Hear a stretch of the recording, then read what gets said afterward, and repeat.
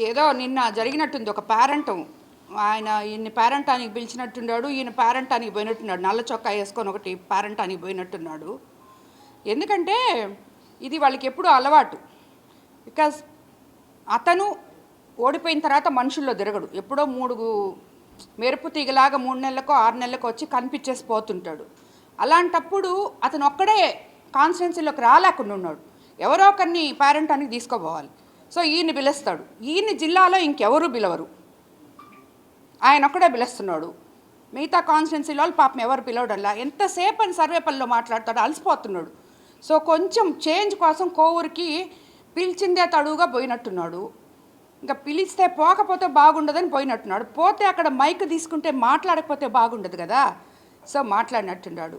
వాళ్ళకి తెలియంది ఏంటంటే నిజంగానే కోవూరు ప్రజలు చైతన్యవంతులని చెప్పి నిరూపించుకొని 2.5 సంవత్సరం ముందే తరిమి కొట్టారు. కోవూరు నుంచి 55,000 మెజార్టీతో నన్ను గెలిపించి ఎప్పుడు లేని విధంగా.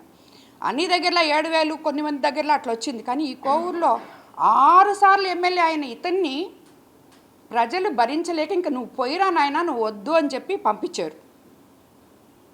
ఈరోజు మళ్ళీ నువ్వు పెట్టుకో, సర్పంచ్ ఎలక్షన్లో పెట్టుకోవద్దని ఎవరు చెప్పారు? పోటీ పెట్టుకో.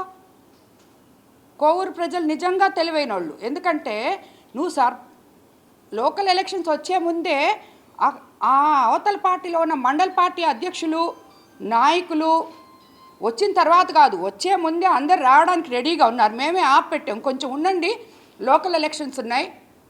ఈయన ఇప్పుడు నియమించిన అందరూ వచ్చేదానికి రెడీగా ఉన్నారు. 3/4 భాగం వచ్చేస్తారు కూడా. అది ఆయనకి తెలియట్లేదు. అసలు ఆయన పార్టీలో ఉంటాడో లేదో ఆయనకి తెలీదు. ఆయన ఎప్పుడు పార్టీ మారుతాడో ఎవరికి తెలియదు. వీళ్ళు వెన్నుపోట్ల గురించి మాట్లాడితే ఎట్ట? ఇప్పటికి 100 సార్లు చెప్పున్నా నేను. ఎన్నిసార్లు దేంట్లో ఎమ్మెల్యే అయ్యావు, దేంట్లో ఏ పార్టీలోకి వచ్చావు నువ్వు. అలాగే ఈయన మన నల్ల చొక్కా వేసుకుపోయిన ఆయన ఇంకొక ఆయన ఉన్నాడు కదా, డబ్బాలో రాళ్ళు వేసి గలగలగలగలగలగా మాట్లాడితే ఆ నోరుకి అందరు భయపడిపోతారు అని ఆయన అనుకుంటున్నాడు. ఎవరు భయపడరు. ఎప్పుడైనా మాట్లాడేటప్పుడు కామన్ సెన్స్తో మాట్లాడాలి. వీళ్ళు తీసుకున్నారు భిక్ష, సరేనా? మేము భిక్ష పెట్టించుకోలే. ఒక రాజ్యసభ ఎవరు మనిషి లేకపోతే పిలిచి మీరు ఉండండి అని చెప్పి వాళ్ళు బతిమలాడుకొని పెట్టుకున్నారు. ఆ రాజ్యసభ గెలుపుతోనే మీ గెలుపులన్నీ స్టార్ట్ అయ్యానని చెప్పి మర్చిపోవద్దు. ఇదంతా ఇతనికి తెలుసు. కానీ ఏదో పాపం మైక్ ఇచ్చేశాడు. ఎప్పుడు మినిస్టర్గా ఉన్నప్పుడు ఒక్కరోజు కూడా కోవూరు మొహం చూసుండడు, ఇతన్ని రానిచ్చుండడు. సో ఈరోజు పిలుస్తున్నాడు, పోదాం, మనల్ని ఇంకెవరు పిలవట్లేదు, పోయి ఏదో ఒకటి మాట్లాడదాం, నోరు ఉంది కదా మనకి. ఆ నోటితో నాకు కాకపోతే నోరుంది, నాకు కాకపోతే నేను ఇప్పుడు అందరినీ తిట్టేస్తే ఏం మాట్లాడుతున్నాడు ఇతను? అసలు డిఎస్సి గురించి ఇతనికి తెలుసా? ఇతను ఇచ్చాడా? 5 ఏళ్లలో డిఎస్సి ఇచ్చారా? ఒక్క రోజు ఇచ్చారా? టీచర్లు అందుకు కాదు పరిగెత్తి వచ్చి ఓట్లేసి తెలుగుదేశం పార్టీని గెలిపించింది. సో వీళ్ళకి తలాతొక్క తెలీదు. ఒక ముఖ్యమంత్రి గారిని ఏం మాట్లాడాలో తెలియదు. నోరుంది, మాట్లాడదాం, వేస్ట్గా ఎందుకు? ఎక్కడా ఏవీ లేవు వాళ్ళకి. ఏదో ఒక ఇట్లాంటి కార్యక్రమం పెట్టినప్పుడు నోరు తెరవాలి, మాట్లాడాలి. ఆ మాట్లాడేటప్పుడు కామన్ సెన్స్ లేదు వాళ్ళకి. ఏం మాట్లాడుతున్నామో వాళ్ళకి అర్థం కావట్లేదు. కోవూరు ప్రజలు చైతన్యవంతులే.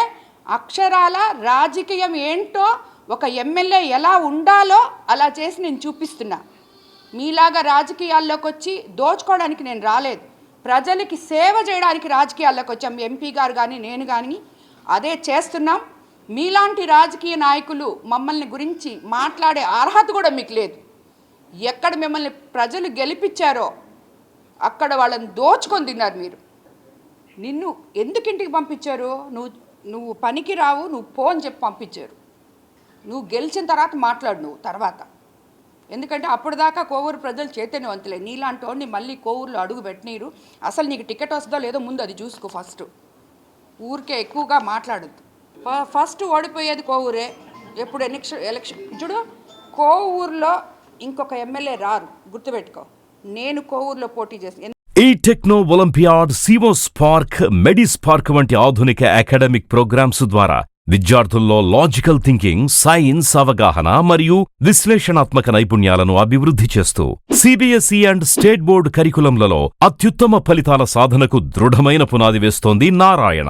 అనుభవజ్ఞులైన అధ్యాపకుల సమగ్ర మార్గదర్శకత్వంలో ప్రతి విద్యార్థిలో logical thinking and analytical skills కి పదును పెట్టి జాతీయ స్థాయి విజేతలుగా తీర్చిదిద్దుతూ వారి ప్రతిభను శిఖరాగ్రాలకు చేరుస్తోంది నారాయణ. అత్యాధునిక డిజిటల్ క్లాస్ రూమ్స్, అత్యుత్తమ ఫిజిక్స్ అండ్ కెమిస్ట్రీ ల్యాబ్స్ తో కూడిన సాంకేతికతతో కూడిన విద్యా వాతావరణం, విశాలమైన ప్లేగ్రౌండ్, పరిశుభ్రమైన డైనింగ్ హాల్లో రుచికరమైన పోషకాహారం, సౌకర్యవంతమైన హాస్టల్ సదుపాయాలు కల్పిస్తోంది నారాయణ. 2026-27 విద్యా సంవత్సరానికి అడ్మిషన్లు ప్రారంభం. వావిలేటిపాడు, ధనలక్ష్మీపురం, నెల్లూరు.